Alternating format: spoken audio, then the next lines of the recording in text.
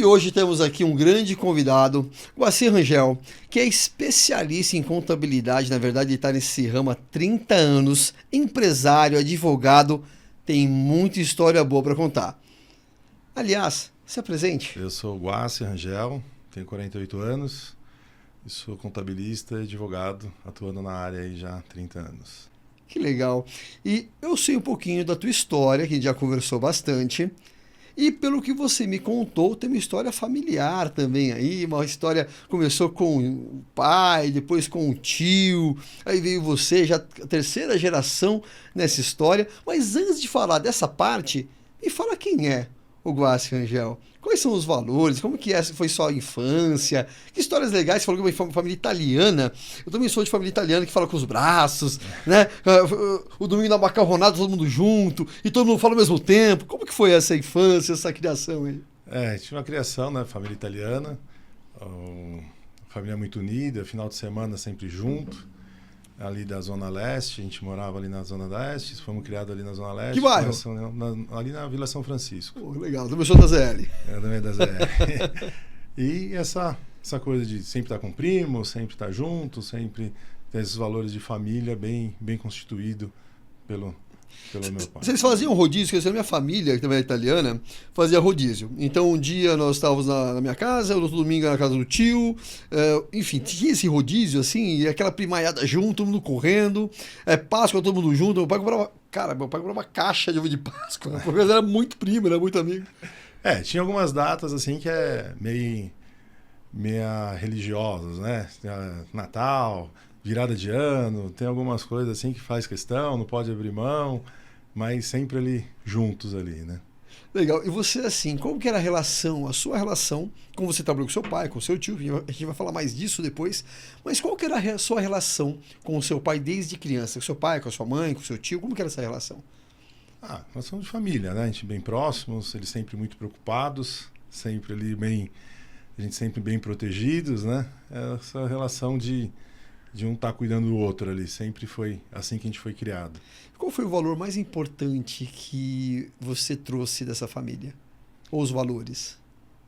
Eu acho que é o valor de família, de se preocupar com o próximo, de estar feliz não só com si próprio, mas de ver o outro bem, de se preocupar com o outro, estar sempre junto.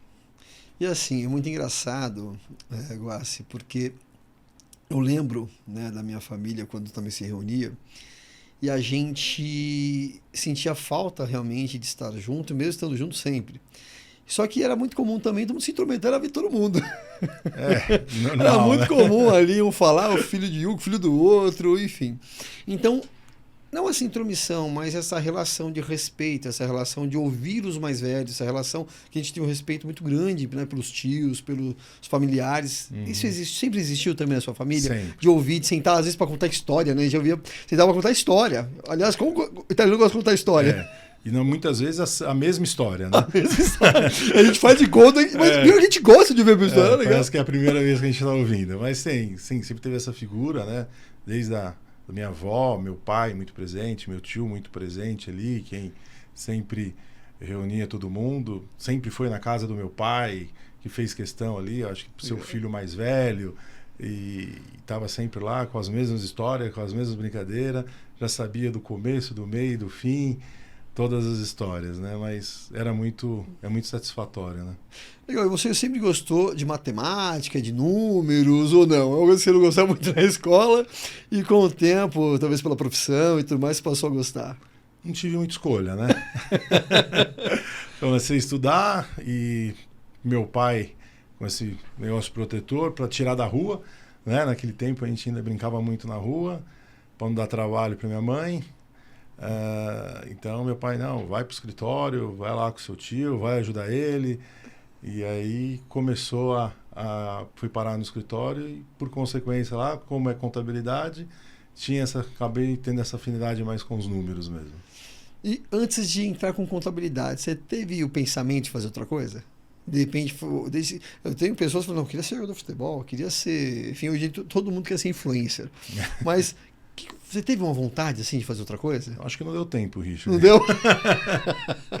Foi uma coisa natural, né? Eu tava ali no escritório, as coisas foram trabalhando, não cheguei a ter essa vontade. A pensar não. em outra coisa. Não, na verdade, não deu tempo. Desde que idade você começou a trabalhar com seu pai? Ou com seu tio, né? Uns Também. 13, 14 anos já começava a ir com meu tio, né?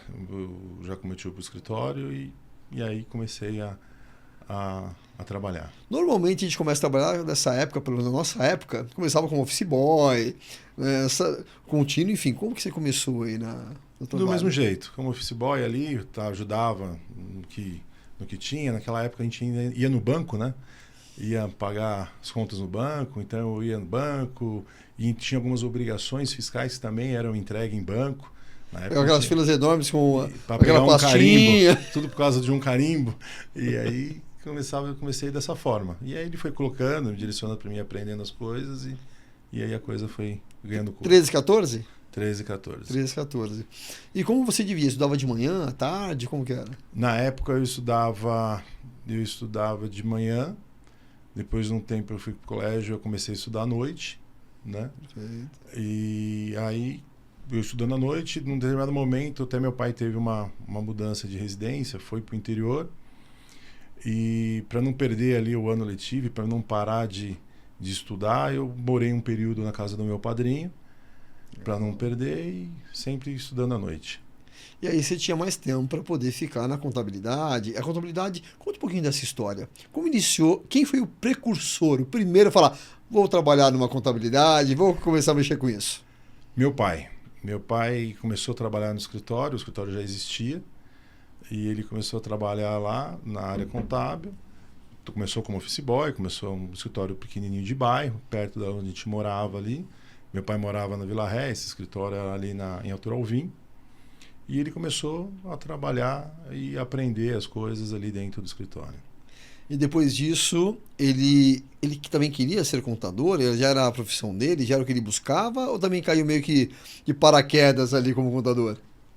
Eu Como acho foi? que foi a oportunidade, né? Acho que também deu tempo. Ele conta que trabalhava, estudava e começou a estudar direito, trabalhava, também estudava à noite, a mesma rotina, e trabalhando no escritório e se dedicando ali para poder ter condições de pagar os estudos, não era tudo muito, muito difícil, né? Uhum. E começou ali a formar uma carreira ali no escritório. Você tem mais irmãos? Nós somos em 4. 4? Mas você é o mais velho, mais novo? Dos homens eu sou o mais velho, eu tenho uma irmã mais velha. Legal. E tem mais algum contador ou não? Não, Ninguém. só sobrou eu. Foi só você. Então você era o menino de ouro. Falou, alguém vai seguir a carreira. Legal. Seus irmãos fazem o quê? Uma irmã tem escola e meus 2 irmãos mexem no ramo de telecomunicações, informática, essas coisas de tecnologia. Foram mais inteligentes, foram para tecnologia, né? Foram mais espertos. Foram mais perto. Legal. E quando você começou a trabalhar com seu pai, você ia mais para ganhar uma grana, o seu pai foi te levando, foi mais para... Assim, eu trabalho desde os 12 anos de idade. Então, desde criança, eu sempre quis ter meu dinheiro, eu queria comprar um carro. Como que foi ali? Você foi mais para poder aprender ou mais para ter a sua graninha também? No primeiro momento ali foi mais pro meu pai, aquela história com a proteção lá, não, vai trabalhar para não ficar na rua e tal. E aí você começa a aprender, começa a ter as vontades ali de conquistar as coisas e, sem dúvida, isso também fez parte. Qual foi a primeira conquista que você falou assim, por exemplo, minha primeira conquista foi um carro.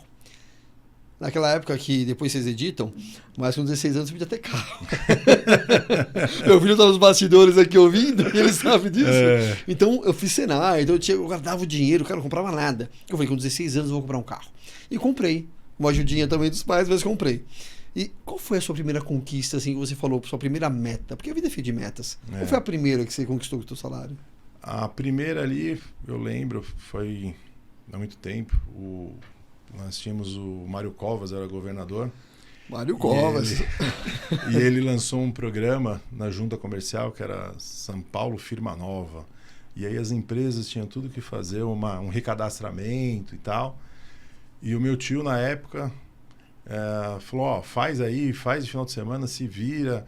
O que a gente conseguir arrecadar, isso daí eu te ajudo, você comprar um carro. Então esse então foi o carro também. Foi o carro. Legal. Com essa ajuda de uma coisa que apareceu extraordinária ali naquele momento. foi marcante ali. Quantos anos? Ali eu tinha 19 anos. Ah, legal, legal. E lembra o carro? Pode falar. Qual que era o carro que você comprou que você queria? Eu tinha um Fiat Uno, comprei um Ômega. Pô, o 3.0. Show, meu pai teve um Ômega azul Diamond, cara. Meu pai trabalhou na GM há muito tempo, né? Eu era apaixonado pelo ano azul, interior de couro cinza. Tinha um Diamond, uma versão exclusiva, né? Eu achava muito legal. O meu foi um Gol GT. Golzinho GT, né? Que legal. Eu tô falando sobre metas e sobre essa história, porque assim, a gente, na nossa época, da mesma idade praticamente, na nossa época a gente tinha um olhar diferente. Eu percebo que essa geração tem um outro olhar. Então era um pouco mais batalhado, se eu posso dizer assim. Era um pouco, a gente tinha que se comprometer muito, tinha que batalhar muito, tinha que buscar realmente, tinha que ter a faca no dente ali para conseguir as coisas. Não tinha tanta informação. A Javi deve ter trabalhado na época, contabilidade era máquina de escrever. Você trabalhou ali, tinha que bater ali a cartinha, bater tudo na máquina de escrever. Hoje em dia você tem tudo no computador. Se você errasse naquela época qualquer coisa, seria complicado. Então, como que você vê essa geração? Você tem filhos, aliás? Tenho. Qual idade? Filho de 11 anos. Um só? Um só. Tá. Como que você vê essa geração? Essa geração é meio imediatista, né? Eles são mais acelerados, mais volume de informação. Eu acho que a gente não se preocupava tanto com o resultado. Sim, nossa geração, acho que o resultado era uma consequência, né? Hoje eles visam muito isso, de ter essa velocidade, de ter essa... Isso eu acho que mudou muito, né? Você enxerga isso por causa das mídias sociais, por causa da tecnologia? Ela tem um ponto muito positivo, claro, mas você enxerga que as redes sociais, as mídias sociais, também atrapalham nesse sentido se não souber ter um bom uso?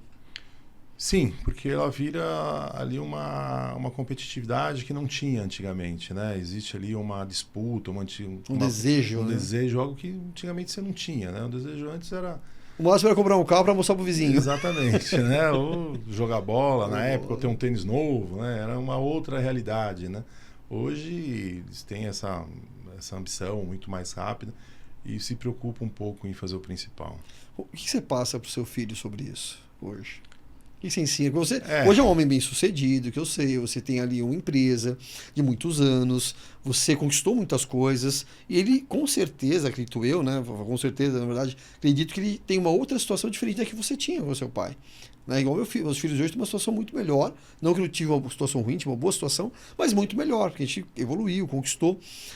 Como que você vê isso? Como que você passa isso? Talvez as regalias ou os benefícios que você conquistou, como que você passa para ele ter esse entendimento de busca? Eu tento passar o que meu pai me passou, que não é fácil. Então, assim, ele vê o quanto a gente trabalha, chega tarde em casa, às vezes... Eu tenho muito isso de uma lembrança do meu pai. Meu pai sempre, todo dia, chegava tarde em casa e tal, que é uma coisa que a gente tenta até se policiar. De tentar encontrar ali um equilíbrio, né? De ter momento com a família. E o trabalho é importante, mas tentar dosar. Eu acho que a geração do meu pai não tinha essa dosagem. Ali era realmente faca nos dentes, tinha que fazer, não tinha muita escolha, né? Hoje talvez a gente consiga fazer com umas condições, ou são outras condições, a gente consegue tentar administrar mais tempo para ter esse tempo com a família. Então hoje eu passo para ele esses valores, mas tento estar mais próximo também. E essa relação dele hoje, você senta para conversar, bater papo. Ele é palmeirense também? Palmeirense. Família italiana, palestra Itália. A minha tenho muitos parentes italianos, mas eu sou santista. Aliás, hoje é uma quarta-feira que a gente está gravando, que é o dia que o Neymar é o primeiro jogo do Neymar. Então a gente vai assistir daqui a pouco lá. Então, e essa relação também do esporte, essa relação... O que conecta hoje a sua família? Além do trabalho, tem mais alguma coisa que conecta? Seja o esporte, seja outra coisa?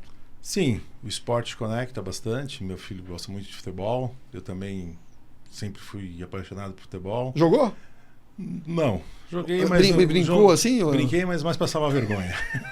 Meu filho já é melhor que eu. Meu filho joga... Já só evolui, né? Já só evolui. Meu filho joga, tal, gosta bastante. E eu acho que é isso. O esporte conecta bastante. E uma das coisas assim também que me dá muito prazer, que eu também trago isso do meu pai, é aquele negócio de campo. Meu filho gosta muito de cavalo, então a gente andar de cavalo junto, estar com a natureza, fazer uma trilha de Jeep, conecta bastante a gente. Ah, você gosta de Jeep também. Sim. Seu pai era trilheiro também ou não? Também. Ah, então é uma coisa que passou já de geração para geração.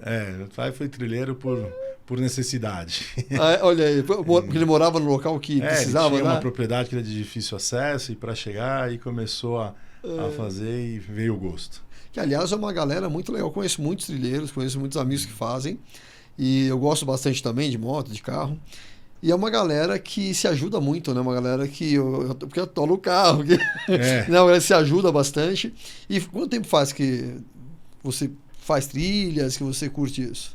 Há mais de 20 anos. Mais de 20 anos? O que te trouxe a trilha? O que te trouxe essa galera, essa tribo? A gente tá conectado mesmo aí no mato, gostar de carro, e aí você vai formando ali aquele grupo, vamos andar, você acaba indo no final de semana, outro, você vai fazendo amizade, e aí vai criando... Qual lição que você tirou? Porque assim, quando eu falo em esporte, eu falo em trilha, eu gosto de esporte radical. Eu gosto de saltar de paraquedas, eu gosto de fazer umas coisas radicais. A gente tira muitas lições. Uhum. E como empresário, já virando um pouquinho, como empresário, arriscar é muito importante, mas tem um risco que você calcula, que você avalia. Fazer análise crítica, situações críticas é muito importante. Então, quais lições que você pode falar que de repente a trilha te ajuda ou te ajudou, colocando para a vida, pessoal, profissional? Tem alguma? Eu acho que a primeira é o trabalho em equipe. Porque você entra na trilha, entra 5, 6 carros, saiu 5, 6.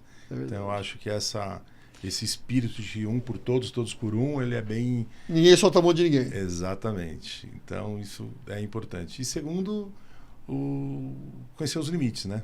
Porque também o equipamento tem um limite, tem a questão da segurança, também ser prudente. E como os negócios, né? Às vezes você precisa arriscar, mas às vezes também precisa ter um limite.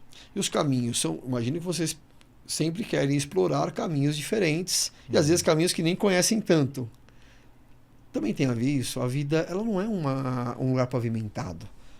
Aliás, quando você vai numa trilha que outros já passaram, facilita, porque tem a marca, né? Fica a marca ali da trilha.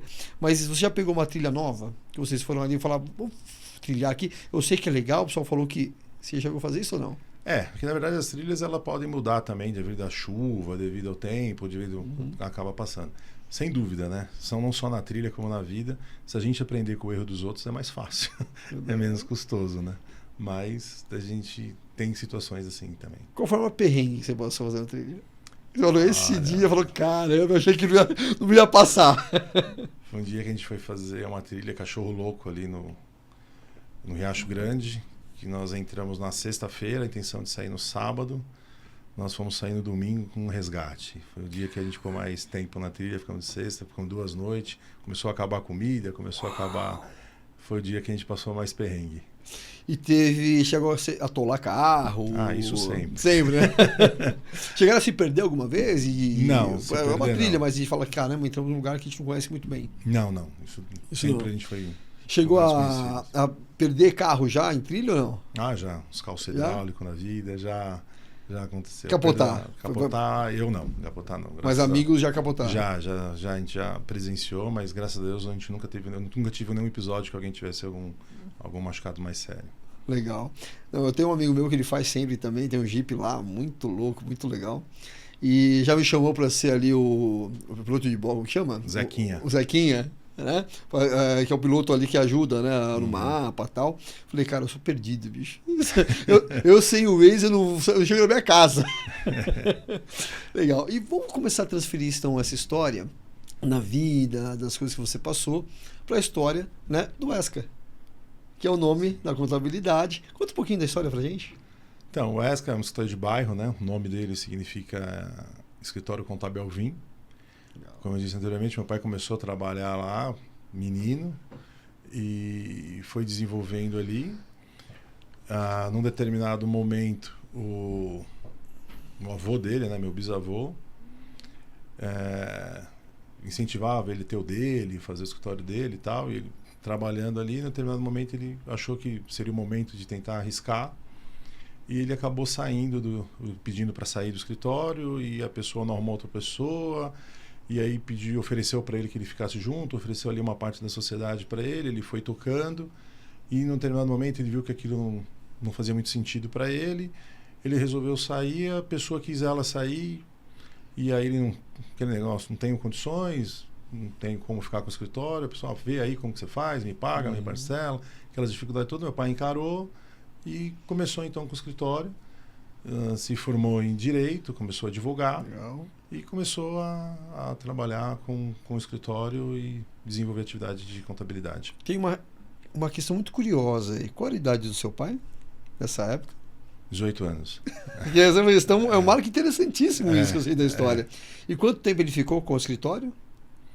Meu pai ficou até 86. Ele ficou de 70 acho que 76, 70, até 86. Com uns Então 20 foram anos. 22 anos ali. 22 anos ali de escritório. E aí, nesse meio tempo, teve uma outra pessoa. Teve. Quem foi? Teve uma pessoa que foi muito importante para mim. Foi meu tio, que na época, jovem ainda, meu pai chamou ele para trabalhar com ele e junto eles uniram força para ir construindo o escritório. Qual a idade do seu tio quando fez isso? Meu tio era um ano mais novo que meu pai. Mas quando ele entrou, tinha qual idade? Eu acho que tinha até uns 20, mais ou menos. 20 também. anos. Entre 18 e 20. Uns 20 e poucos anos. Legal. Nessa época que você estava começando a inserir e entender algumas coisas também, qual que você... aliás, qual a dificuldade que você percebeu, que eles te falaram, que eles te contaram? Qual foi a maior dificuldade dessa época para eles? Quando começaram o negócio, mesmo quando o seu tio entrou, quais foram as maiores dificuldades que eles enfrentaram, na sua visão? Meu pai e meu tio vieram de uma família muito humilde, né? Então a dificuldade era realmente manter a empresa viva, ter ali algum tipo de rendimento e as dificuldades, assim, eles sempre deixaram bem claro que eles sempre se preocuparam em fazer um bom serviço, que aí a coisa aconteceria de forma natural, né? Então acho que a maior dificuldade foi o começo, né? A captação, de ser conhecido, de ter credibilidade, porque contabilidade é um segmento que muito envolvendo credibilidade, né? Então você precisa ter uma história ali, né? Então eu acho que no começo ali eles construíram essa parte mais difícil ali, que foi construir essa história, as pessoas conhecerem eles e aí acreditando para a coisa acontecer e evoluir. Até porque, principalmente na época, o marketing não era uma coisa que se falava tanto. Não. E contabilidade não é um segmento de marketing, de muito marketing. Hoje mudou um pouquinho, mas é muito realmente o relacionamento, é muito realmente a experiência, a credibilidade do conhecimento técnico, mas o relacionamento humano também. Porque eu entendo, se eu estiver errado me corrija, Guassi, que o pequeno e médio empresário, ele tem muita dificuldade. E o contador, quando começa, ele enxerga isso também como empresário, porque ele teve dificuldades parecidas. Então as pessoas muitas vezes procuram o contador em dois momentos. Ou quando as coisas já estão totalmente degringoladas, ele não sabe o que fazer, e aí olha como o salvador da pátria ali, ele enxerga isso. Ou quando ele começa a ver que a empresa está crescendo, ele precisa se profissionalizar um pouco mais, né? Entender um pouco mais disso. Então, mas eles passam muitas dificuldades e tem uma questão de entendimento, porque tem planos que mudam toda hora, tem a questão do entendimento técnico, tem muitas normas e regulamentações. Então, isso você enxerga hoje com uma grande dificuldade do mercado ainda, não só na época do seu pai, que já existia muito isso, mas também ainda hoje? Sim, hoje a gente tem essa complexidade, né, de legislação, de obrigações acessórias, de vários cenários. Sem dúvida, eu acho que comparando com a época do meu pai, eu lembro que eu ia para o escritório quando menino com o meu tio. Chegava no escritório, a primeira coisa que meu tio me pedia todo dia era ir na banca comprar o jornal. Então ele lia o Diário Oficial todo dia, ele tinha toda aquela preocupação de estar fazendo, de estar atenado ali com as mudanças e tal. Hoje a gente acorda, eu pego ali os aplicativos, as ferramentas, te dá ali o resumo, você consegue deixar direcionado para que tipo de assunto você quer mais se aprofundar, você consegue, hoje a velocidade da informação ela é muito maior, né? Mas também vem um pouco a complexidade, né? Você tem operações que antes não existia, por exemplo, comércio eletrônico, atividades que surgiram há pouco tempo, né? Então, você tem vários cenários hoje, meios de pagamento que não existia, você tem... Então, são realidades, assim, não dá para saber qual que era mais difícil. Acho que nenhuma das duas são fáceis. Hein? Verdade. A gente, até porque Quando a gente olha para a tecnologia, olha para essa questão hoje até inteligência artificial, a gente olha para muitos sistemas. Por exemplo, a gente não vê um assessorista de elevador. Essa profissão morreu há muito tempo. Então, muitas profissões também hoje, mais operacionais, estão caindo, né, nas empresas por vários motivos. Que você tem um sistema que faz, você tem. E isso exige, então, uma especialidade maior, um desenvolvimento maior, uma evolução maior de quem está em qualquer área. E na contabilidade não é diferente. Eu vou dar um exemplo. Eu tenho um amigo que é diretor de um grande escritório de advocacia, de direito, e toda a parte processual, a parte mais mecânica do processo, hoje não é mais feito com pessoas. É tudo sistemas. Né? Então, como é que você vê isso na contabilidade? Você enxerga que as pessoas precisam, quem está entrando na área agora, quem pretende ser um contador, ou mesmo na tua empresa, com a tua equipe, a gente vai falar mais sobre isso, que precisa entender essa evolução? Acho que sim, né? Na verdade, hoje com a tecnologia, você tira um pouco a parte braçal. Aquele tempo que você perdia para fazer, preencher os livros. Eu lembro que no escritório a gente fazia os livros lá de entrada e saída, a caneta. A gente tinha a cândida na mesa, porque se errasse você tinha que passar a cândida para pagar. Verdade. Hoje é tudo digital. Então hoje você tem mais tempo para ter mais uma aplicação ali técnica. Também você exige um pouco mais do profissional, né? Porque são mais detalhes, mais obrigações e mais conhecimento, não só de contabilidade. Você tem que ter um pouco de conhecimento de informática, você tem que ter outros conhecimentos também que você tem que deixar o profissional de contabilidade hoje mais completo, né? Perfeito. Vamos falar então um pouquinho da tua entrada. Aí seu tio foi lá, ficou por um período, e onde foi que chegou você? Na verdade foi meu pai e meu tio ficaram um tempo junto. Aí num determinado momento meu pai acabou ingressando na carreira pública por acaso. Ele conta que nem queria prestar o concurso, foi meu tio que insistiu para ele fazer a prova, ele fez a prova, acabou passando e aí ele acabou ingressando na carreira pública, ficando então no escritório com o meu tio, que foi tocando o escritório, e ali eu já estava com ele já há algum tempo ali. Seu tio era contador? Meu tio contador.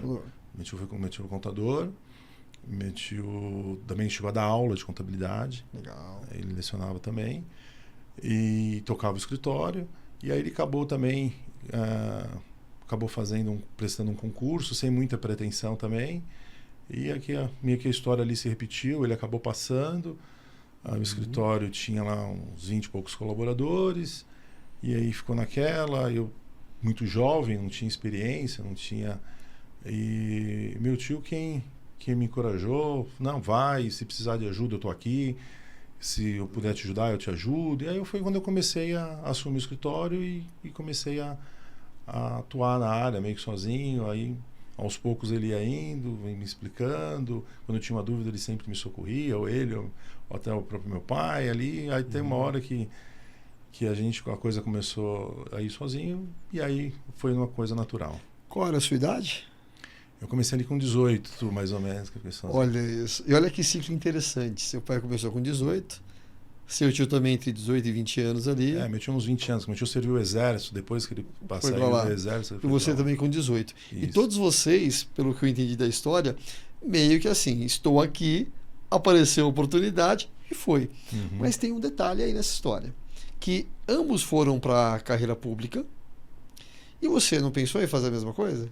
Não. Eu peguei mais gosto pelo escritório. Então, na verdade, o primeiro que foi lá, não que eles não tenham feito isso, mas o primeiro que foi lá falou assim, não, deixa agora comigo, que isso aqui é meu e eu vou fazer isso acontecer. Não, eles não fizeram uma história fundamental. Mas você foi o primeiro, talvez, que profissionalizou mais. Que deu um pouco mais de... Não, eu acho que eles já tinham. Qual foi, qual foi a sua principal virada de chave? Eu acho que a minha virada de chave foi ali entender que aquilo lá ia ser meu negócio.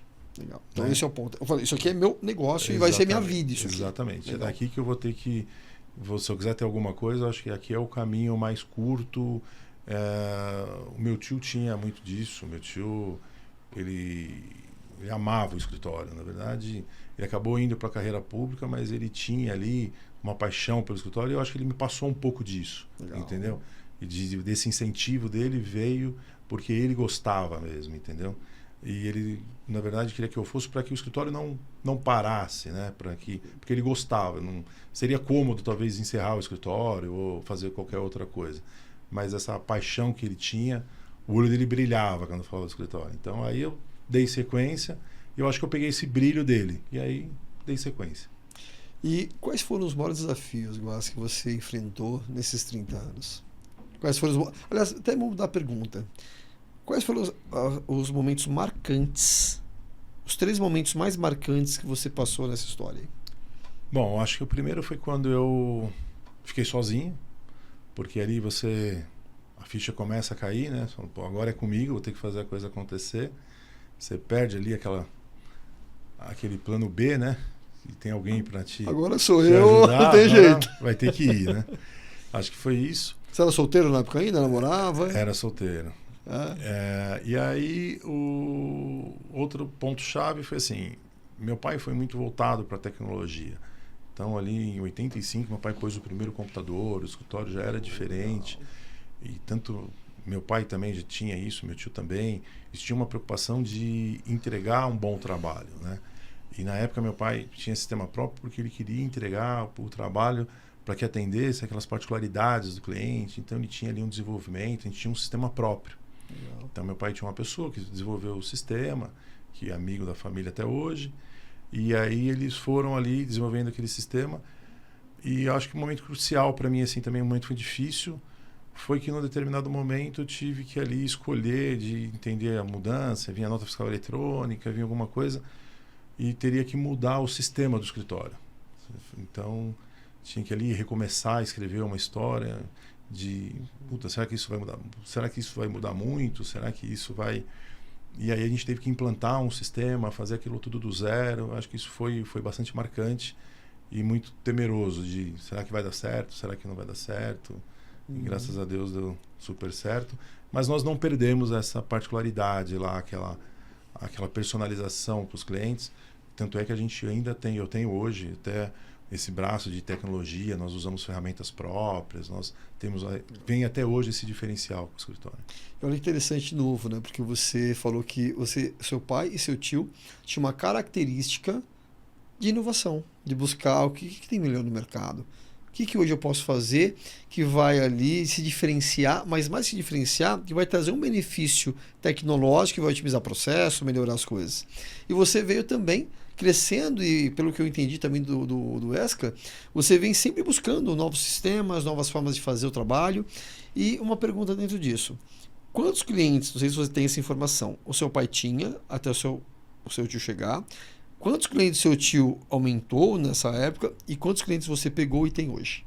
Entendeu? Então, assim, como foi essa evolução de clientes?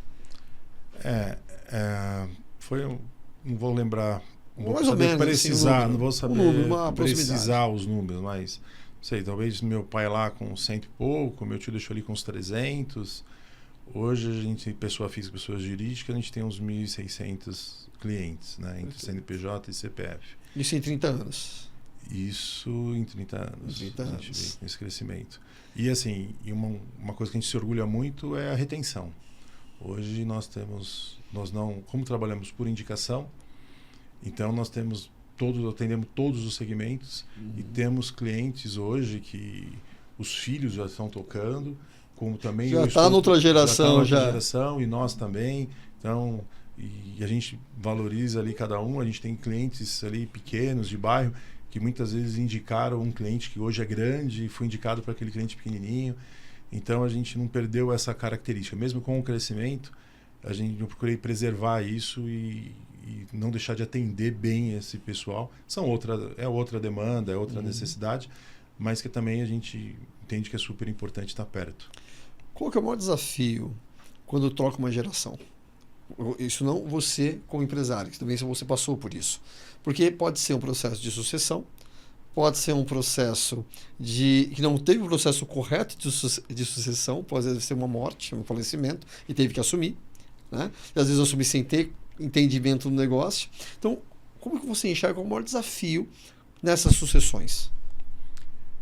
Eu acho que o maior desafio é dar continuidade, né? É você não perder os valores que ali estavam, né? E tentar evoluir, né? Do mesmo jeito que que aconteceu anteriormente, né? Então, eu tive meu pai, meu tio com certeza evoluiu, eu também evoluí.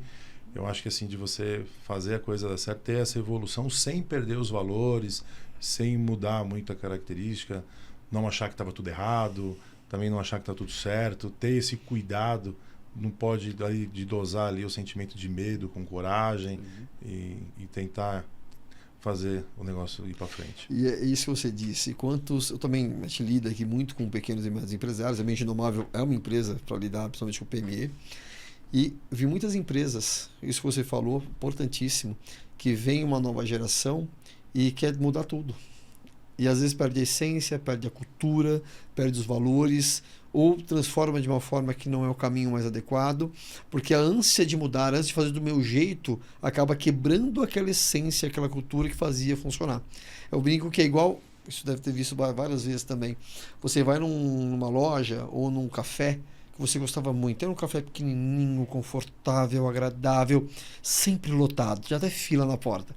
Aí o filho olha e fala, pai, por que você não troca aqui? Sai daqui desses cafés e monta, pega uma loja maior, vai ter mais gente, coloca umas cadeiras aqui. E o pai, não, deixa aqui assim, o pessoal gosta de vir aqui, é aconchegante. Aí o pai morre. Aí ele vai lá, não, agora eu vou expandir. Ele coloca do outro lado da rua, coloca um lugar muito maior e não dá certo. Porque as pessoas gostavam de ir naquele espaço, porque era aconchegante, porque aquela convivência era boa. Você viu muita coisa acontecer assim? Acontecer isso? Com certeza, isso você vê, muita situação dessa, né? Eu acho que quando você tem uma troca de bastão, com o privilégio que eu tive de ter a convivência, eu acho que ali você ganha os valores, e ali isso te ajuda a não cometer certos erros com isso, porque, como eu disse anteriormente, você acaba aprendendo com os erros dos outros, né? Então você tendo ali essa troca de bastão mais organizada, você tem essa possibilidade de colher e de dar sequência, de não cometer os erros que já foram cometidos no passado, né? Quem deu o nome ESCA? Na verdade, o meu pai, quando entrou no escritório, já tinha esse nome. Ah, você manteve? Manteve o nome. Perfeito. E por que ESCA? Alvim? Escritório Contábil Alvim, é um escritório de bairro. Mas era de Arthur Alvim, é era isso? De Arthur Alvim. Do Arthur Alvim? Era ali na Rua Marcial Monteiro. Arthur Alvim. Eu fiquei pensando assim, será que é a sigla do nome da família? Não. Se manteve o nome. Se manteve o nome. Perfeito. Aí eu só dei uma repaginada, né? No brand? Ali na marca, no layout, deu uma modernizada ali, mas manteve a origem ali. Então, olhando nessa linha que você falou, qual foi a principal mudança que você fez desde quando foi criado o escritório, né, foi fundado, até hoje? A mais impactante? Eu acho que essa questão de sistema mesmo, né? Sistema? De sistema, de ter colocado esses sistemas, de ter feito isso e de não ter perdido a essência de ter algo próprio ali, de continuar tendo esses controles. Eu acho que assim, a gente inovou, a gente não ficou no tempo, né? A gente ficou atento às mudanças, mas nós não perdemos, de uma certa forma, a gente não perdeu aquela particularidade, aquele cuidado com os clientes, aquele diferencial de estar ali fazendo algo que ninguém faz, buscando fazer o melhor, entregando, sempre se preocupando em entregar algo melhor, né? Você falou de essência, várias vezes, aliás. Essência, os valores. Então, quando eu falo em cultura é determinar de forma técnica, vamos falar assim, é o ambiente que você convive através de uma linguagem criada, uma forma de pensar, uma forma de falar, uma forma de agir. Então, na sua casa tem uma cultura. Então, se você olhar do caso do seu vizinho, tem outra cultura, porque tem outras regras, tem outra forma de tratar, de se relacionar. Então, as tribos, se você pegar a tribo da galera da trilha, é outra coisa. Né? Então, tem o seu jargão, tem a sua linguagem, tem as suas palavras que são só daquele pessoal. Enfim. Então, vamos pensar no ESCA. Sobre da cultura. Qual que é a cultura do ESCA? Então, pode ser em exemplos de convivência, de relacionamento, qual que é a essência e cultura do ESCA? Primeiro, de ser uma empresa familiar, a gente tem essa cultura da família, de estar próximo do colaborador, de estar próximo dos clientes, de ter esse relacionamento. Eu acho que essa proximidade é importante. Por mais que a gente tenha tecnologia hoje, mas a gente preza muito por esse contato humano, né? Então, eu acho que a primeira cultura é essa. E a segunda cultura é o prazer em fazer bem feito, né? Eu acho que é uma cultura de pô, mas vocês fazem, vocês conferem, vocês têm duplo cheque, vocês fazem isso, precisa de tudo isso? Precisa porque foi isso que trouxe a gente até aqui. Então a gente tem essa cultura de querer fazer bem feito.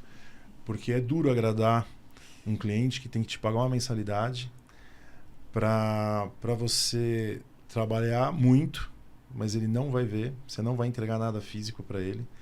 Muito pelo contrário, você vai entregar um DARF lá que ele vai ter que pagar. Então, quer dizer, para deixar esse cliente satisfeito não é fácil, né?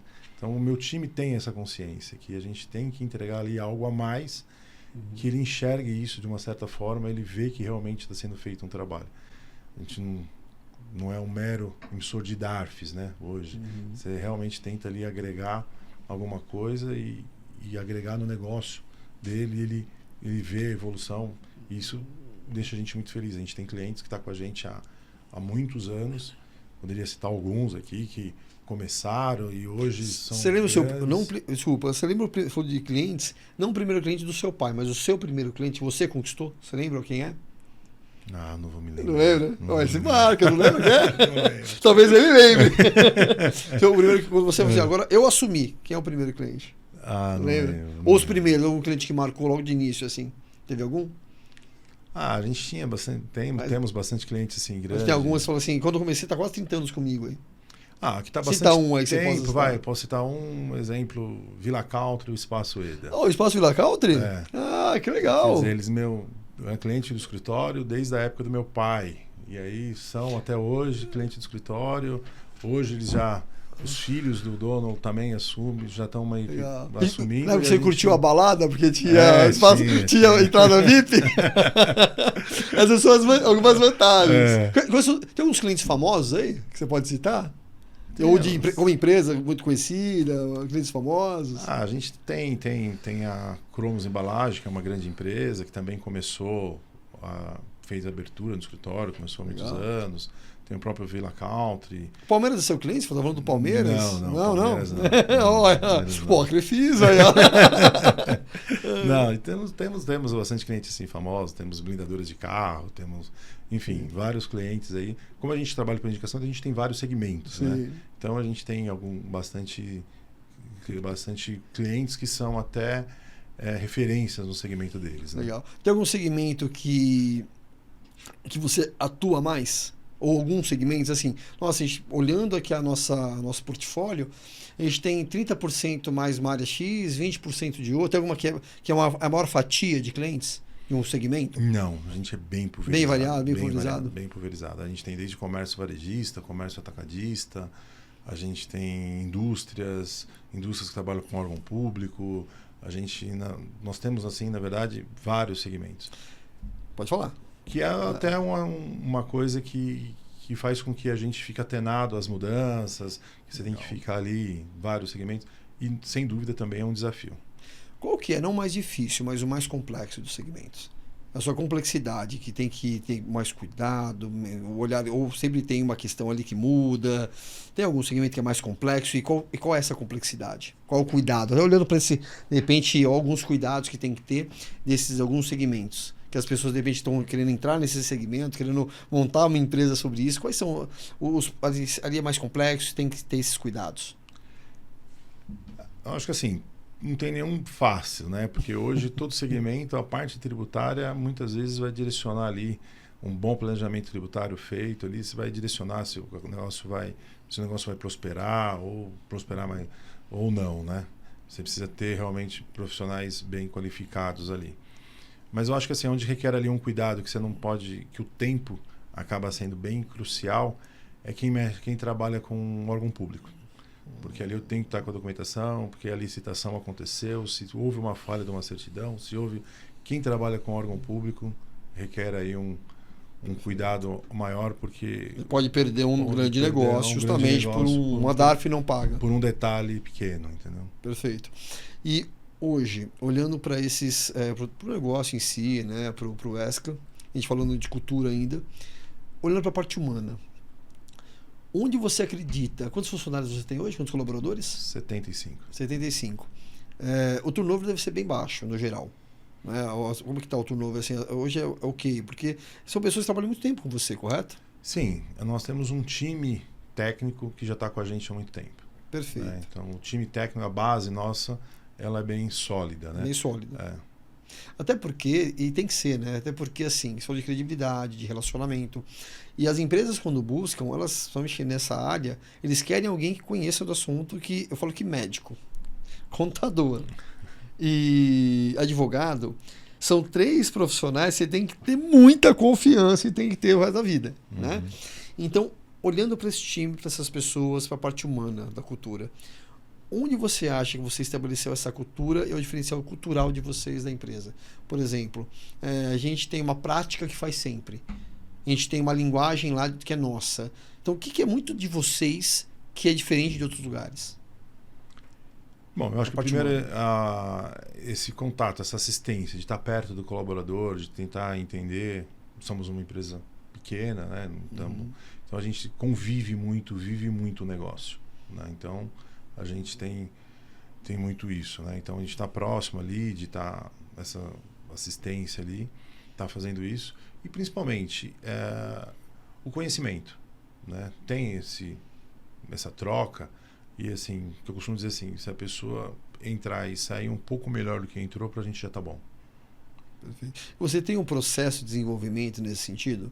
Interno, exemplo, você tem lá o cara mais antigo, chegou, tem um processo de ir lá, de ensinar, de desenvolver. Você comentou uma coisa bem interessante, e eu acho que isso é uma cultura legal de comentar, que você tem motoboys que hoje são gerentes, são encarregados, são, correto? Sim. Que cresceram ali. Então, uma cultura, na verdade, de crescimento interno. Você tem isso lá, correto? Tenho. Nossa encarregada do RH, por exemplo, começou com a gente também como assistente ali do RH e foi crescendo. Nosso supervisor da área fiscal começou como office boy, tá 30 e poucos anos, foi aparecendo as oportunidades, ele foi crescendo, virou supervisor. A gente sempre olhou para isso, né? Surgiu a oportunidade, a gente olhar sempre para o time, né? Que muitos definem isso como sorte, né? Na verdade, a pessoa tem que estar lá pronta o tempo todo e aparecer a oportunidade. Quando as duas coisas se encontram, tem muita gente que dá nome disso daí de sorte. É interessante, porque quando você convive muitos anos dentro de uma empresa, como é o caso, as pessoas chegando lá jovens, 18, 19, 20 anos, isso vale para nossa equipe aqui. Eu estou com a nossa equipe técnica. Quantos anos, Jonathan? Quantos anos você tem? 22. Você está falando sobre o quê quase agora? Sobre fazer, né, olhar para a família, né, construir família. Sim. Que é o nosso grande aqui produtor. Meu filho está aqui também, 17 anos. Quantos anos, Nicolas? 17 anos, empresário já.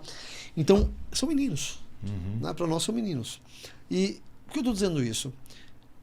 Como deve ser legal para você, pessoas que começaram lá jovens, junto com você jovens, cheio de sonhos, cheio de um olhar da vida, ainda com muitas expectativas e dúvidas, tanto quanto você, que acreditaram no seu sonho, porque isso é isso. Você era o cara da visão. Então eles olharam também para você e falaram, ok, vamos se agarrar e vamos junto. E hoje vê que eles constituíram família, estudaram através da empresa, do negócio que foi montado. Porque as conquistas que eles tiveram foi através daquilo que você também conquistou. E colocou como canal e possibilidade. Então, pessoas que começaram a estudar, se formaram, constituíram família, compraram sua casa, o seu carro. E hoje a empresa, na verdade, é um local onde transforma ideias em realização de sonhos. Você vê dessa forma? Sim, sem dúvida, né? Você vê a evolução, né? As pessoas evoluírem, tá crescer junto com a gente, porque eu acho que isso é uma consequência, né? Eu acho que tem que ser uma parceria, né? Tem que realmente lá atrás ele teve que comprar a ideia, né? Eu acho que no momento que compra a ideia e estamos juntos, a gente passa ali por momentos difíceis, momentos bons, estando junto ali, e você convive mais no trabalho do que em casa, né? Então ele tem que realmente acreditar, e quando você olha para trás, da onde veio, aonde chegou, é muito gratificante. Você é casado? Sou casado. Sua esposa trabalha na área ou não? Não, minha esposa é advogada. Advogada? Não, mas é advogada. Né? Nunca pensou em trabalhar junto? Não. Não? Melhor não. Melhor não. Qual área que ela atua? Atua na área empresarial. Empresarial. Legal. Mas Dentro de uma empresa específica ou ela tem Dentro escritório? Dentro de uma empresa. Dentro de uma específica. empresa. Legal. E qual área? Tributária? Essa parte de falência, De falência. Legal. E o seu filho? Estão 2 advogados. Tem influência aí para ele se tornar advogado também ou não? Pai é advogado, filho é advogado, neto é advogado? Hoje o sonho dele é ser jogador de futebol, mas... Tem talento? Se falar que não tem, te corta. Acredita. Mas, assim, não sei, né? Vamos deixar ele escolher. Não vou... É uma das coisas que, com certeza, eu penso em me policiar e não influenciar, né? Mas é que a gente influencia sem querer, né? Isso é verdade. Mas então, pelo exemplo. Entregar na mão de Deus. Legal. E hoje ele está o quê? 11 anos? Está na quinta série, sexta série? Sexto ano. Sexto ano. Ele joga bola em algum time ou não? Joga e treina no Palmeiras da Moca. Tem que ser no Palmeiras, né? Mano, tem que ser no Palmeiras. Condição, né? Amanhã ele entra com o time, você falou? Você estava falando aí? Não sei se eu posso falar isso, mas... Amanhã, mas estamos organizando, fazer uma surpresa para ele. Ver se ele tá bom que tá gravado, ele não vai ver isso. Vai entrar com o time? Vai, pretende. Olha aí. Acho que vai dar certo. Bom, a gente falou bastante, né? Um pouco de família, falou da empresa. E eu queria falar um pouquinho de Brasil. Até porque eu estou especialista aqui, 30 anos, né, olhando para isso. Como é que você vê hoje o nosso cenário econômico, Guassi? Porque tem muita gente desconfiada. Eu estava olhando algumas previsões de economistas, especialistas, e falam que o segundo semestre é de recessão. Né? Nós estamos com juros de 15 pontos alguma coisa, com uma carga tributária muito alta, com um rombo fiscal muito grande no país. Enfim, está muito desajustado, na minha concepção. E temos um ministro da Economia, né, da Fazenda, que não tem, na minha também visão, um entendimento claro do que é economia. Como que você vê isso? Eu acho que hoje o nosso maior desafio é essa falta de credibilidade, né, que a gente tem. Essa insegurança, com juros altos, as pessoas não querem arriscar, fica todo mundo retraído e cria-se esse espírito de incerteza, né? Eu acho que, porque fácil nunca foi, dificuldades a gente sempre passou, mas acho que essa insegurança é que deixa o empresário muitas vezes na dúvida, continuo investindo, não continuo.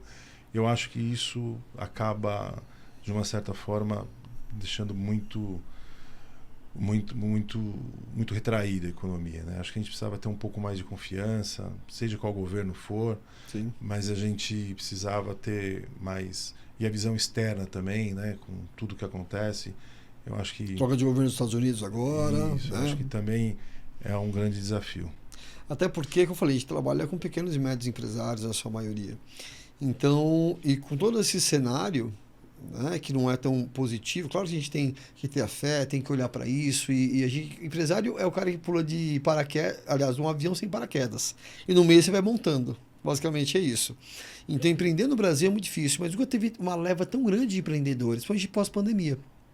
As pessoas entenderam que queriam buscar mais qualidade de vida, estar mais próximo da família, começaram a fazer pão, não teve tantos padeiros, né, nessa época, mas o quanto isso realmente, esse cenário que ele comentou agora, impacta nesse medo interno, porque muitas vezes é aquele cara como você, que a fonte era de lá, o cara paga as contas, o cara paga o colégio do filho, e às vezes a esposa não trabalha, ou até trabalha junto, enfim, então qualquer mudança no cenário econômico, qualquer retração muito grande, isso impacta diretamente, principalmente o dólar muito alto, impacta na compra de produto, impacta no valor final, às vezes é engolido pelo grande. Porque eu até comento que no Brasil, quem tem uma condição muito boa, ele vai sentir, mas nem tanto. Ele vai, opa, foi um raspão, pegou de raspão. Agora, o pequeno e médio empresário que está batalhando todo dia, que trabalha horas e horas, esse cara ele trabalha com margem muito apertada. Qual seria uma dica, olhando para o lado fiscal, tributário, que para essas empresas, essas pessoas que empreendem, que possam se antecipar a essas mudanças ou se precaver? Qual seria uma orientação que você daria? Planejamento. Acho que essa é a palavra. Você tem que ter um pouco de planejamento. Fiscal. Planejamento fiscal. O que seria isso? Explica para quem está assistindo, de repente, quando eu falo um nome bonito, você fala planejamento fiscal, tá legal esse nome, né? Planejar o fiscal. O que é isso, na prática? É olhar para as regras que você tem hoje, que você tem vários benefícios, você tem algumas possibilidades. Dá um exemplo, assim. Um exemplo que hoje está muito em alto, o benefício que a gente tem do e-commerce. Ah. Né? Então, As empresas de e-commerce têm ali um tratamento, um diferencial que você tem que buscar. Quem está começando no e-commerce, quem não tem esse know-how, essa visão, ele vai estar numa briga desleal com quem já está com isso. Então, você está nas mesmas condições de competir ali, você tem que ter um planejamento tributário, né? Então, isso é um exemplo. Tem outros segmentos, planejamento tributário, de estratégia, de como fazer, como não fazer, fazer de forma diferente. Mais fundo ainda, porque falou do e-commerce, por exemplo. Me interessa meu filho que tem um e-commerce. Dá uma dica, fala assim, ó, no e-commerce tem que tomar esse cuidado e fazer tal coisa. Que seja ser desleal. Ó, se não fizer isso aqui, você pode ter problema. O que seria? O e-commerce hoje é você buscar esses benefícios que a gente tem em outros estados. Isso acho que é fundamental. Que muda ali a taxação, a tributação. Exatamente. Perfeito, isso é tá atento a isso, né? Está atento a isso. E conhecer E aí, quem mexe com variedade de produtos está atento à tributação de cada produto, né? Porque tem uma variedade muito grande e às vezes você se depara com situações de determinados produtos e principalmente essa mudança entre estados, que é o grande dificuldade. Isso vale, aliás, para quem trabalha no seu e-commerce, né? Mas quem trabalha com logística no Brasil. Sim, não necessariamente e-commerce, né? O e-commerce foi o exemplo que a gente pegou. Que hoje é mais pulverizado, é mais forte, né? Tem muito aí. É que hoje o e-commerce vem nessa crescente, né? Sim. Tem Ela vem de escalabilidade. Vem. Nos últimos anos ela vem significativa. Agora, olhando ainda para essa questão, né, econômica, para essa questão de dicas que a gente falou, tem muita dúvida ainda de umas pessoas. Hoje, eu sou da época do Simples, não mudava. O Simples era simples e tinha uma taxa só, que era 6%, 7%, enfim, e não mudava. E hoje é simples, é presumido. Então, como que a pessoa, o empresário, ele consegue entender o que é melhor para ele? Qual a regra melhor para ele? Então, é uma das coisas que a gente preza muito no escritório, que a gente precisa fazer o planejamento tributário em 4 mãos. Por quê? Porque a gente tem o conhecimento técnico, mas a gente muitas vezes não tem o conhecimento do negócio do empresário. Então, quando a gente tem que unir essas forças e procurar entender o negócio dele, para aí a gente poder dar ali a melhor solução tributária para ele. Então, eu acho que essa união o contador tem que estar próximo para entender o negócio do empresário, entender onde que ele quer chegar, quais são os propósitos dele, vai fazer todo sentido de você fazer o planejamento. Então, eu acho que essa proximidade de conhecer, unir essa força, é que é onde a gente acaba tendo mais êxito. Muda muita coisa, exemplo, isso tem a ver por ser pequeno, médio ou uma grande empresa, tem a ver com o volume de vendas, e aí sim, olhando para o seu faturamento, ou tem a ver com aquilo que a pessoa enxerga como negócio. Eu quero hoje ficar pequenininho ali, uma empresa, um exemplo, eu quero ser aqui a melhor empresa, então vou ter só uma, ou quero expandir. Tem a ver com essas questões também? Eu tenho que cruzar todas essas informações? Sim, tem que cruzar tudo, ver para onde eu quero crescer, para onde eu não quero crescer, qual que é a diferença ali. Às vezes ele tem uma ideia que se importar é melhor, por onde importar, como importar, o que importar, enfim, você tem ali vários, ou de repente separar algumas atividades, entendeu? Então você tem ali, hoje você tem muita possibilidade, né? Por isso que o importante é você conhecer realmente o que a empresa pretende fazer. Você falou lá atrás sobre consultoria, você faz uma consultoria com esse cliente, é muito mais, isso é o grande diferencial também.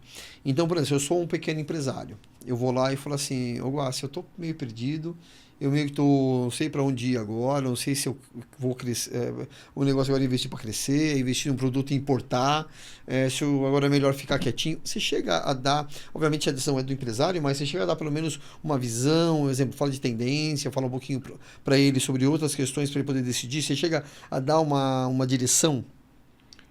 O que você faz se eu fosse esse pequeno empresário que eu chego lá meio perdido, olhando a questão tributária, olhando para o mercado? O que você chega, qual a sua orientação para esse cara? Seria entender os números, né? A gente procura ser prático, porque já é complexo. Se a gente não for prático... Quais números? Os números de resultado. Caixa, entrada, saída, fluxo de caixa, saída, margem, e dar ali os números para ele, para que aí... Porque talvez ele conhecendo melhor os números, ele toma a decisão. A maioria dos empresários que tomam a decisão equivocada, muitas vezes não é a decisão que está equivocada. Talvez o cenário que ele estava entendendo não era bem aquele. Se ele tivesse o cenário mais claro, talvez ele estaria mais assertivo. Então, esse que é o nosso propósito, deixar esse cenário claro, que aí para dar condições para ele poder tomar a decisão correta dentro daquilo lá. Muitas vezes ele erra não pela decisão, mas sim pelo que foi passado para ele. Aquele problema foi passado daquela forma, então ele entendeu que a solução seria aquela, e o problema não é bem esse. Então, a gente costuma dizer assim, primeiro a gente tem que conhecer bem o problema antes de estudar a solução. Você faz esse olhar, você dá esse olhar para ele. Exatamente. Que isso é um diferencial, porque hoje, contador, no geral, tá? Eu tenho dois, falta de um, mas no geral, ele pega ali uma situação, ele avalia de forma muito técnica e simples, até simplista de certa forma, e fala, olha, eu tenho que fazer isso, pagar isso aqui, é isso.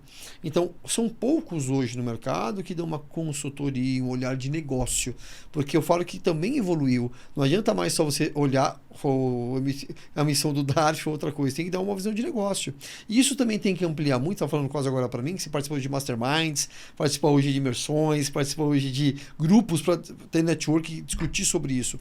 Porque o mercado também mudou muito. Então, eu falo que toda empresa, não importa qual seja, você tem que expandir a tua visão de negócios. Porque só assim você vai conectar com pessoas e dar uma direção mais adequada. Você tem que ter uma visão mais global das coisas, não adianta mais você ter uma visão só nichada de algo. Você concorda com isso? Sim. Hoje você tem que dar esse leque, né? Essa opção da pessoa ter esse direcionamento, né? É importante você estar perto para, nesse momento, estar atento às mudanças. Eu acho que assim, essas imersões, esse network, essa convivência, esse vivendo a experiência, você sair um pouco do problema. Às vezes a gente fala muito isso para o empresário, porque às vezes é fácil resolver o problema do outro, né?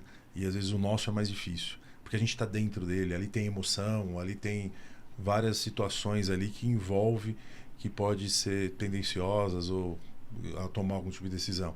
Então, uma das coisas que a gente procura fazer é isso, né? Dar tudo isso e dar informações, dar ali uma assessoria e pôr o empresário fora do problema. Se ele sair um pouco do problema, ele vai ter outro olhar do problema, né? De talvez ajude ele a arrumar uma solução e muitas das vezes é ele que tem a solução.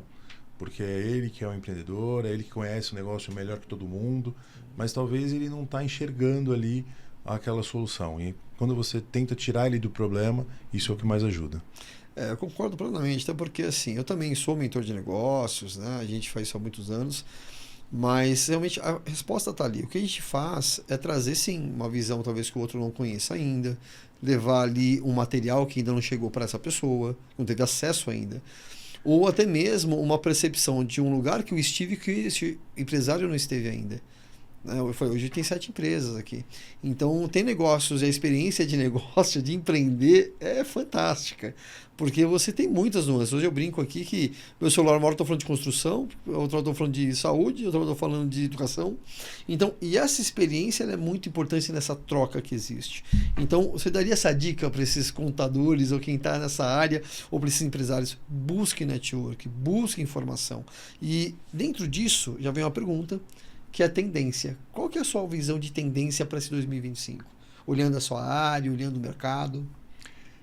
Nós temos aí um momento de mudança, né? A reforma tributária está batendo na porta para a gente, quer dizer, eu acho que ali vai ser uma grande virada de chave.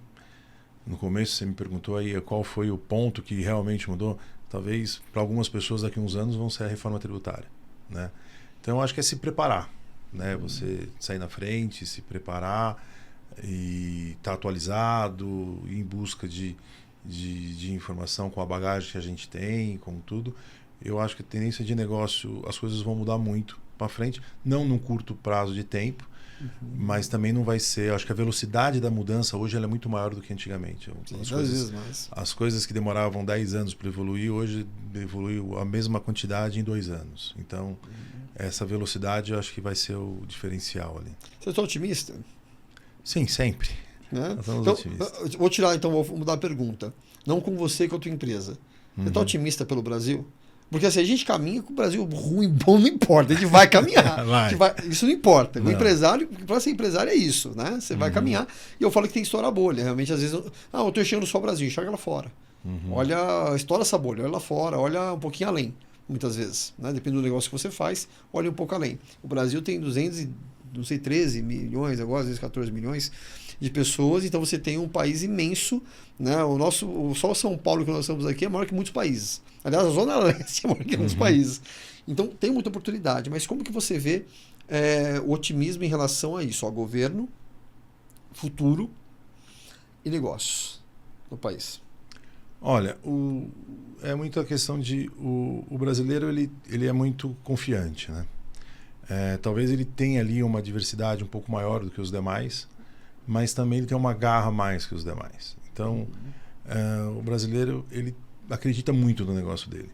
E uma vez eu escutei de um empresário que, tocando nisso, ele falou assim: Guassi, falam que o Brasil tem altos e baixos, mas mesmo quando já teve altos, se eu não tivesse feito minha parte, não teria acontecido. Entendeu? Então, o brasileiro tem essa mentalidade de que eu preciso fazer, e se o governo não fazer, eu vou fazer a mais, eu vou fazer acontecer. O maior sentimento que o maior dos empresários tem é o sentimento de que o Estado não serve o cidadão. Diferente do resto do mundo, aqui dá a impressão que o cidadão serve o Estado. Eu acho que a gente tem que mudar um pouco esse conceito.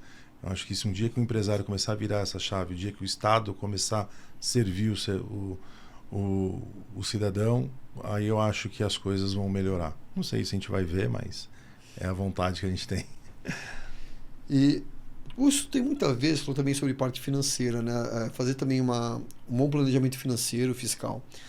Mas você não acredita que isso vem de uma cultura que não está preparada, principalmente no Brasil? O americano é diferente, o europeu, muitos países são diferentes, mas o país não se preparou ainda para ter uma cultura de desenvolvimento financeiro desde a sua casa, no geral? Sim, eu acho que isso tem muito relacionamento. Um exemplo, meu filho tem isso muito claro, a gente procura fazer isso. Na época, meu pai não tinha muito isso, porque meu pai não tinha nem tempo para isso, né? Era coisa, não tinha muita escolha, não tinha muito, né? Eu acho que é uma evolução natural, né? De ter essa educação, de ter essa principalmente de tirar um pouco o assistencialismo, né? Eu acho que isso é importante, né? A gente tem que entender um pouco isso e essa cultura faz com que as coisas mudem. Eu acho que a própria evolução da educação do próprio país, eu acho que isso também é uma coisa. Pena que isso leva muitos anos, né? São gerações, né? Então, mas sem dúvida eu vejo muita diferença das gerações de uma para outra. E a questão também do acesso, porque que nem hoje meu filho estuda em colégio particular, acredito que o seu também, mas não é a realidade da maioria. Então, eu também vim de um bairro muito pobre de São Paulo, muito simples. E quando você olha para a maioria, eles não têm uma condição social e uma condição, porque a preocupação, eu vi isso muito quando eu era mais jovem, que muitos iam para a escola para poder ter aquele leve de leve leite, do assistencialismo. Então, como a criança vai prestar atenção se não comeu em casa? Eu sou da educação, eu sei disso. Então, não vai acontecer. Então, acredito que o assistencialismo ele é necessário para um momento do país, mas que isso tem que ser revisto para não ser somente ali só isso. Exato. Né? Tem que ser muito mais que isso. E o que eu vejo que nós, como empresários, temos que fazer muito é porque não adianta esperar só do governo, né? Então, o que a gente pode fazer enquanto empresários, enquanto especialistas, enquanto até numa condição social melhor e financeira, fazer para poder contribuir de alguma forma para essa sociedade, contribuir de alguma forma com a nossa experiência, com o nosso conhecimento, para que haja muito mais, uma visão muito mais ampla, não só em lidar com o dinheiro, mas lidar com as emoções, com a família, com o negócio, e o que é prosperidade, porque prosperidade é algo muito diferente do que dinheiro. Prosperidade é você poder chegar agora e amanhã o seu filho ver o jogo e olhar ele entrando no jogo. Prosperidade de poder estar aqui olhando para o meu filho, que está sentado ali nessa hora, e compartilhar muitas experiências comigo no dia a dia. Então, isso é prosperidade. As pessoas estão muito em busca de dinheiro. Sem dúvida, eu acho que a educação, e também volto para aquela questão de família, né? Eu acho que a gente precisa um pouco de família, religião, e para poder ter essa educação familiar, para poder ter essa educação, eu acho que isso é uma forma de preparar melhor o futuro. Hoje você faz alguma ação, você falou de espiritualidade agora, né, de religião, enfim. Eu não tenho religião, eu sou uma pessoa extremamente espiritual e ligada a Deus, mas não tenho uma religião, passei por todas, literalmente todas. Você eu passei e tudo isso pelo mesmo. Mas você tem uma espiritualidade que você desenvolve, você faz parte de algo, você ajuda alguém que você fala, hoje eu faço um trabalho comunitário, você faz alguma coisa nesse sentido hoje? Não, eu sou católico, minha família é católica, eu e minha esposa, a gente Mais praticante ou não? Todo católico, mais ou menos. Então, assim, um dele e eu falo que sou católico. Católico não praticando, vou convidar. Não, sou bastante praticante. Isso vem também do meu tio. Meu tio era muito católico. Perfeito. E... Você vai na Aparecida do Norte, Pô, de vez em quando, certeza. vai lá. Quando o negócio aperta. Quando o negócio aperta. Quando aperta, aí vai lá, faz a oração, faz uma promessa. E eu acho que isso é importante também, né? Isso é importante. Perfeito. Bom, estamos quase indo para o final desse bate-papo bem legal, mas eu gostaria que você deixasse... Aliás, primeiro, teve alguma coisa que você gostaria de comentar e eu não perguntei, a gente não falou, que você gostaria de falar? Eu acho que a gente tocou todos os assuntos aí, né? Contou um pouco toda a história do escritório, eu acho que é uma coisa que... ali um pouco de detalhes, mas eu acho que foi tudo, sim. O que nunca te perguntaram, que você te perguntasse você não responderia? Difícil, né? Difícil. Tem alguma aí? Isso está guardado as 7 chaves. Falando isso aqui, talvez depois que eu for embora, eu conto para alguém para contar. Acho que não tem, não, viu? Não? Não, acho Livro que não. aberto, tranquilo. Não, acho que não tem tudo isso. Não tem nada. Tem esse segredo que você guarda aí. Não. Legal. Então, assim, Guassi, gostaria que você falasse 2 coisas. Primeiro, dos negócios. Acho que aproveitar para falar um pouquinho do ESCA. Em que momento que vocês estão, falar dos serviços que você oferece, né? Faz o marketing agora, né? Aproveita fazer o marketing agora, qual a projeção de futuro, enfim, falar sobre isso. E depois vai deixar um recado final. Tá. Bom, o ESCA a gente presta assessoria contábil, né? Tributária, a gente atende todos ali, todos os departamentos, tanto contábil quanto fiscal, como recursos humanos. A gente está num momento de repaginação, de crescimento, a gente está tendo uma demanda muito grande, é um desafio muito grande de formar time, de pessoas, acho que esse desafio todos os empresários têm, de contratar pessoas, de estar desenvolvendo isso, a gente está nesse momento de crescimento. Olhando para 2025, como esse ano, assim, a gente já está com o sentimento de cereja no bolo, sabe? A gente tem um processo bem definido, a gente tem ali, hoje a gente colhe frutos de tudo aquele trabalho que a gente fez, de termos de ferramenta, disso tudo, e a gente está hoje focando mais para isso, mais para ficar pronto, deixar essa estrutura mais robusta para os crescimentos que vem aumentando a cada ano, e a gente entende que para os próximos anos devido vão aparecer muita oportunidade no nosso segmento. Então a gente está olhando para frente para ficar pronto para essas oportunidades. Está no momento de expansão, de olhar para essa expansão, olhar para esse mercado, de estruturação e olhando já a expansão? Sim, eu acho que a expansão é uma coisa natural, né? A gente tem isso daí. A partir do momento que ali você está pronto, e essas coisas acontecem de forma natural. Mas você tem que estar pronto o tempo todo. Né? Você não pode esperar... Fala de novo isso ali, ó. Tem que estar o quê? Tem que estar pronto o tempo todo. Mas empresário mais ainda. Assim, não é assim pronto. Eu vivo pronto, respiro pronto. Então você tem que estar ali pronto, porque vai aparecer essas oportunidades e aí você tem que fazer... Assim, muitos podem entender que aquela oportunidade era uma dificuldade. E se você estiver pronto ali, está atento, tá com aquele pensamento na frente, você transforma aquela dificuldade em oportunidade. Eu acho que o segredo hoje nosso é esse, é montar time, ficar pronto para os novos desafios, para essas expansões, e a gente entende que acredita muito no Brasil. E se me permite contar, posso contar a novidade aí? Pode. Posso? Então assim, o Guassi e a sua equipe, na verdade, contratou a Mente Indomável, contratou o Grupo Sul Exponencial, para que a gente faça um desenvolvimento de equipes, olhando para dentro, olhando para essa estruturação, olhando, né, para todo esse trabalho tão importante que vocês realizam hoje. Hoje está entre as maiores contabilidades do Brasil, pelo que a gente conversou aí, não só de estrutura, de capacidade, mas principalmente também de clientes e o que eles oferecem. Conheci o prédio, é lindíssimo. Aliás, na verdade é lindíssimo. Está 8 minutos de Milton Tatuapé, está aqui o Belenzinho. Passa o endereço, qual é o endereço aqui? Rua Toledo Barbosa, 459. Ó, qual é o endereço aqui, né? E depois passa o telefone também certinho, a gente vai colocar também. Mas é lindíssimo o prédio, são 6 andares, se não me engano. São 5 pavimentos. 5 pavimentos, e inclusive próprio. Né? Depois, se quiser contar rapidamente a história aí, dá 2 minutinhos, mas é próprio. Então, assim, parabéns pela tua estrutura, parabéns pela tua história. Eu conheço um pouco mais até disso que você me contou aqui, né, em uma horinha aí.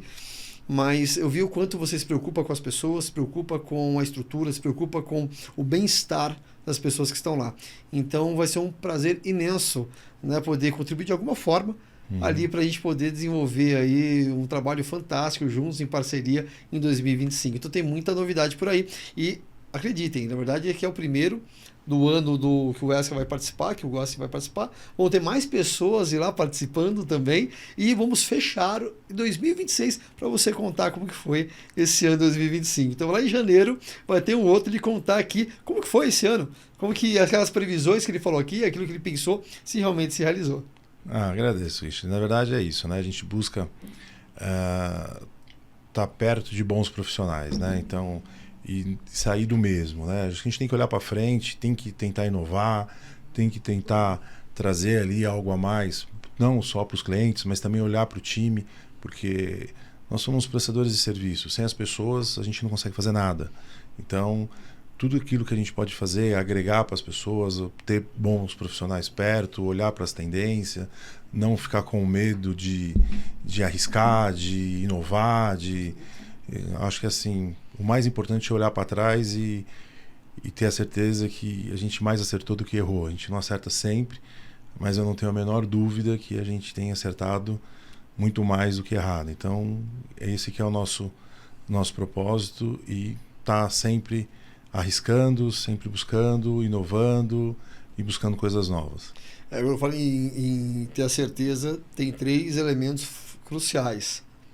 Os números, e os números traduzem muito do trabalho de vocês. Os resultados, porque o resultado ali, o que é o resultado? Tem diversos. Resultado ali de mudança, transformação nas empresas, de melhora ali na sua parte tributária, da consultoria, e os resultados mostram. E o terceiro, a parte humana. De entender ali que as pessoas, porque a gente faz negócio com pessoas. Então, desde que você sentou aqui, né, que bateu um papo, você veio aqui conhecer tudo, nosso escritório, nosso estúdio, enfim. Então, se a energia não for boa, se quem vai te procurar a mesma coisa, se a energia não for boa, você falou, nossa, a gente fecha muitos negócios. Nem dá tempo, às vezes, foi uma avalanche no final do ano, né, de clientes. Mas é isso, a energia. Então, as pessoas olham, sentem uma boa energia, cria uma credibilidade, e isso, uma sincronicidade de pensamento, e isso faz com que ela se sinta confortável de fazer um negócio com você, porque ela vai conviver com você. Então, lembrem disso, o negócio é relacionamento porque convive, e ninguém convive com gente que é chato. Exatamente. Ninguém convive com pessoas que você não confia, ninguém convive com pessoas que você não sente uma boa energia no dia a dia. Lembrem disso para qualquer negócio da vida que você for fazer. Né? Deixa uma mensagem final, 2 mensagens, olha para essa câmera aqui, uma para o seu pai, que foi uma pessoa tão importante. Aliás, 3. Outra para o seu tio, que não está mais aqui, e outro para o seu filho e para sua esposa. Então são 3 mensagens que você vai deixar aí, na ordem que você quiser. Bom, para o meu pai, eu devo tudo a ele, né? Quem sempre foi ali, né, o meu espelho, né? O meu alicerce. E eu acho que até sou privilegiado, porque além do meu pai eu tive o meu tio, que nos deixou há pouco tempo. Mas Desculpa. Imagina. É uma pessoa que eu tenho muito carinho. E minha esposa, meu filho, tudo que eu tenho. Obrigado. E não precisamos de desculpas, muito pelo contrário. Eu falo que o momento de um homem mais importante e mais verdadeiro é quando a gente coloca as nossas emoções para fora, quando falamos das coisas mais importantes da nossa vida, que são nossos filhos, que é a nossa família, que quem construiu tudo com a gente, quem acredita nas nossas loucuras e apoia. É verdade. Né? E principalmente quem nos deu tanto para a gente estar aqui. E seu tio, seu pai, com certeza seu tio está te olhando onde está e está muito orgulhoso de você. E seu pai também onde está. Eu vou dar uma sugestão. Quando for ao ar, corre na tua família e assista. Tá bom. Assistam juntos, que vai ser muito emocionante, porque isso aqui vai ficar gravado pro resto da vida de vocês. Valeu, Richard. Muito obrigado. Muito sucesso nesse bate-papo tão legal, tão emocionante, de tantas histórias, tantas coisas boas, de uma história de 30 anos, de mais do que um negócio, de relacionamento, de fortalecimento de cultura, de contribuição para a sociedade, para as empresas e para tantas pessoas que acreditam que podem ser melhores e ter um dia melhor e viver com mais prosperidade e felicidade. Muito obrigado, que você tenha muito sucesso, que Deus esteja sempre no seu caminho, que tenha uma vida iluminada. Obrigado, Richard. Parabéns. Boa sorte para nós. Pra Valeu. nós. Gente, gratidão. Obrigado. Esse foi mais um Mente Indomável. Valeu.